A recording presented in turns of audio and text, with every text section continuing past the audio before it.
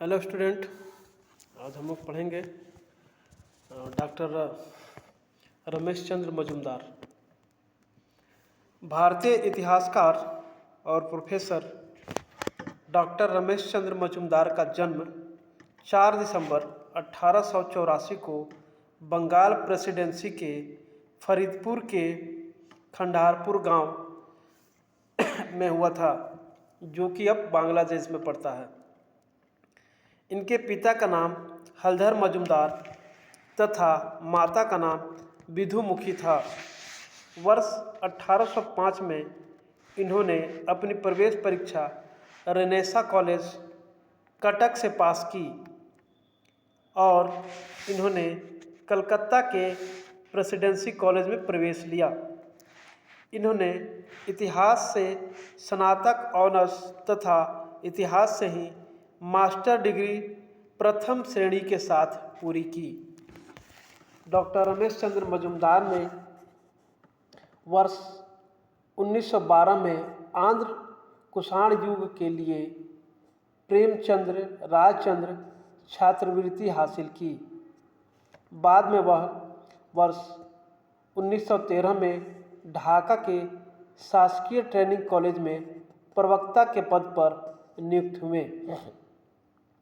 वर्ष 1914 में doctor R C. Majumdar Calcutta विश्वविद्यालय के इतिहास विभाग से जुड़े और वहीं से भी प्राचीन भारत में संगठनिक जीवन शीर्षक शोध प्रबंधन लिखकर डॉक्टर ऑफ फिलोसफी की उपाधि प्राप्त की।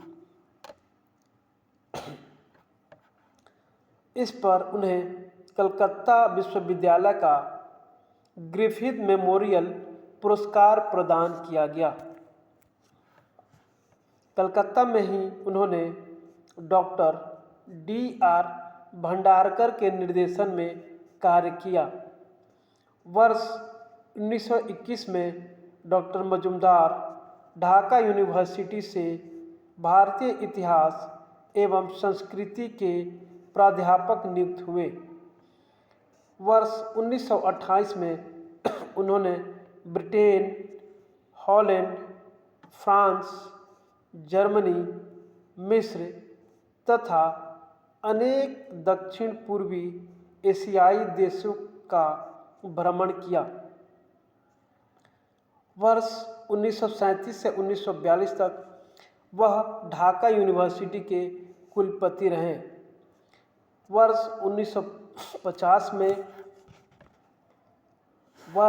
1950 में मजुमदार बनारस हिंदू विश्वविद्यालय के कॉलेज ऑफ इंडोलॉजी के प्राचार्य नियुक्त हुए। वर्ष 1955 में वह नागपुर विश्वविद्यालय में इतिहास के प्राध्यापक के तौर पर चयनित हुए।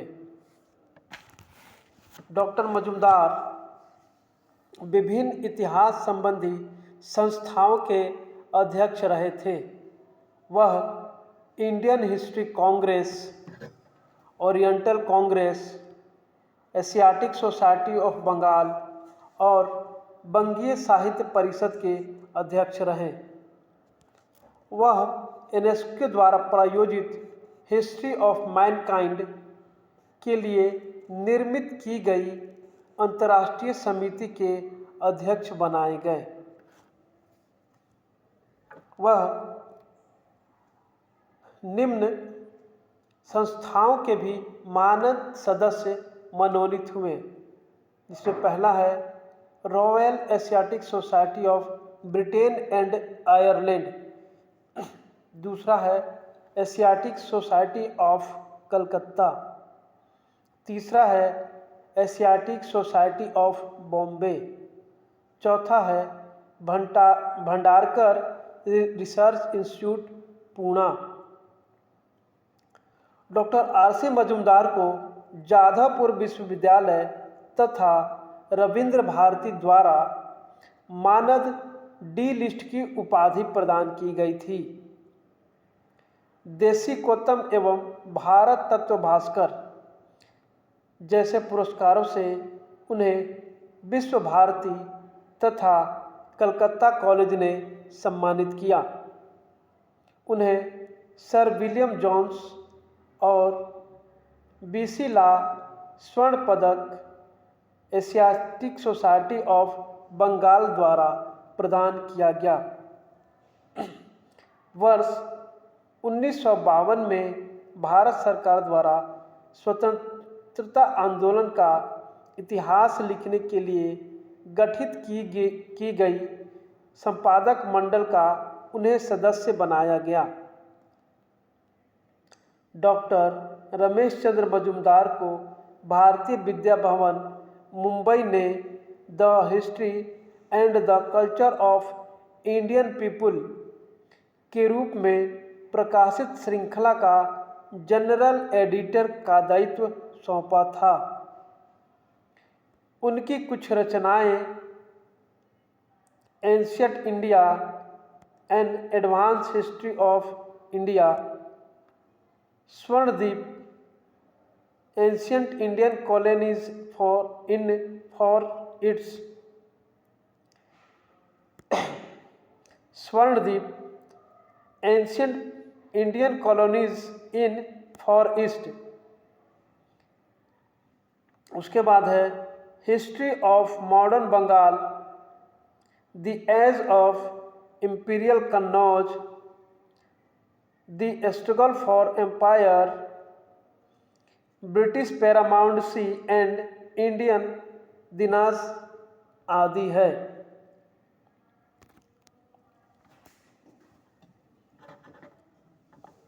इसके बाद आते हैं यदुनाथ सरकार।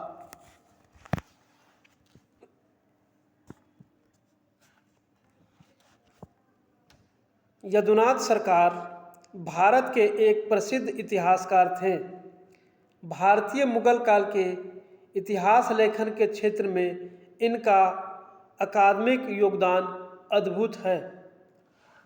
यदुनाथ सरकार का जन्म 10 सितंबर 1870 को राजशाही, जो कि बंगाल में है, से 80 मील उत्तर पूर्व करछमरिया गांव के एक धनाढ़ कास्त घराने में हुआ था। 10 दिसंबर 1870 को राजशाही से 80 मील उत्तर पूर्व करछमरिया गांव के एक धनाढ़ कायस्थ परिवार में हुआ था। यह जगह अभी बंगाल में पड़ता है, बांग्लादेश में पड़ता है, क्षमा करें, बांग्लादेश में पड़ता है। शिक्षा राजशाही और कलकत्ते में हुई। 1892 में एमए की परीक्षा अंग्रेजी साहित्य से प्रेसिडेंसी कॉलेज से प्रथम श्रेणी से पास की और न केवल सर्वप्रथम रहे बल्कि अपने प्राप्त अंकों द्वारा एक नया रिकॉर्ड स्थापित किया। रिपन कॉलेज और विद्यासागर कॉलेज में अंग्रेजी के प्राध्यापक का कार्य करने के पश्चात 1898 में प्रांतीय सेवा में चुन लिए गए। 1898 में प्रांतीय शिक्षा सेवा में चुन लिए गए और कलकत्ता, पटना तथा उत्कल में क्रमशः हिंदी साहित्य एवं इतिहास विभाग के अध्यक्ष रहे। सबसे लंबा काल पटना में 1902 से 1917 और 1923 से 1926 व्यतीत किया और वहीं से 1926 में अवकाश ग्रहण किया। 1917 में उनकी नियुक्ति काशी हिंदू विश्वविद्यालय में इतिहास विभाग के अध्यक्ष के पद पर हुई, किंतु अगले वर्ष किन्हीं कारणों से उसे छोड़कर रेनेसा कॉलेज उत्कल चले गए। 1919 में ब्रिटिश सरकार ने इनकी योग्यता पहचानी और भारतीय शिक्षा सेवा में इनकी नियुक्ति की। और अवकाश ग्रहण करने के बाद 2 वर्षों के लिए कलकत्ता विश्वविद्यालय के अवैतनिक उप कुलपति रहे। कलकत्ता विश्वविद्यालय के अवैतनिक उप कुलपति रहे। 1923 में ब्रिटिश सरकार ने CII और 1923 में सर की पदवी प्रदान की। 1941 तक इन्होंने दार्जिलिंग और कलकत्ता को अपना निवास स्थान बनाया, जहां 1958 में इनकी मृत्यु हो गई। जद्दूनाथ सरकार की पहली पुस्तक India of Aurangzeb, typography, statics and roads 1901 में प्रकाशित हुई। India of Aurangzeb, typography, statics and roads 1901 में प्रकाशित हुई। औरंगजेब का इतिहास के प्रथम खंड 1919 में और पांचवा औरंगजेब का इतिहास के प्रथम 2 खंड 1919 में और पांचवा तथा अंतिम खंड 1928 में छपा। इनकी पुस्तक शिवाजी एंड हिज टाइम 1919 में प्रकाशित हुई। इन पुस्तकों में फारसी, मराठी, राजस्थानी और यूरोपीय भाषाओं में उपलब्ध सामग्री का सावधानी से प्रयोग कर सरकार ने ऐतिहासिक खोज का महत्वपूर्ण कार्य किया और मूलभूत सामग्री के आधार पर खोज करने की परंपरा को दृढ़ किया। विशेष रूप से जयपुर राज्य में सुरक्षित फारसी अखबार और अन्य अभिलेखों की ओर इतिहासज्ञों का ध्यान आकर्षित करने और उनको शोध कार्य के लिए उपलब्ध कराने का महत्वपूर्ण कार्य भी यदुनाथ सरकार ने किया। सरकार सामाजिक और धार्मिक संकीर्णता को भारत की राजनैतिक एक्स का सबसे बड़ा शत्रु समझते थे।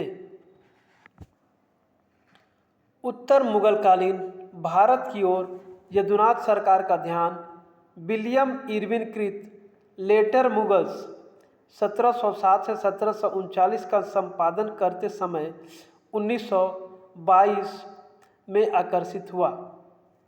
1739 से 1803 तक मुगल साम्राज्य के विघटन और सूबाई रियासतों के उत्थान का इतिहास उन्होंने 4 खंडों में 1932 और 1950 के बीच हिंदुस्तान मुगल साम्राज्य का पतन 1961 प्रकाशित किया। ऐतिहासिक मूलवत्ता की दृष्टि से यह उनकी प्रौढ़तम रचना है। यदुनाथ सरकार की प्रभावशाली और सारगर्भित अंग्रेजी उपेक्षाकृत क्लासिक होते हुए भी बोझिल नहीं है। ऐतिहासिक घटनाओं में से नैतिक निष्कर्ष भी वे स्थान स्थान पर निकालते हैं। यदुनाथ सरकार की अन्य कृतियों में निम्नलिखित उल्लेखनीय हैं। पहला है एनेक्डोट्स ऑफ औरंगजेब, दूसरा चैतन्य's लाइफ एंड टीचिंग्स, तीसरा स्टडीज इन मुगल इंडिया, चौथा इंडिया थ्रू दी एजेस, पांचवा a short history of Aurangzeb, छठा Bihar and Orissa during the fall of Mughal empire, उसके बाद है हाउस ऑफ शिवाजी, उसके बाद हिस्ट्री ऑफ बंगाल, फिर आता है मिलिट्री हिस्ट्री ऑफ इंडिया।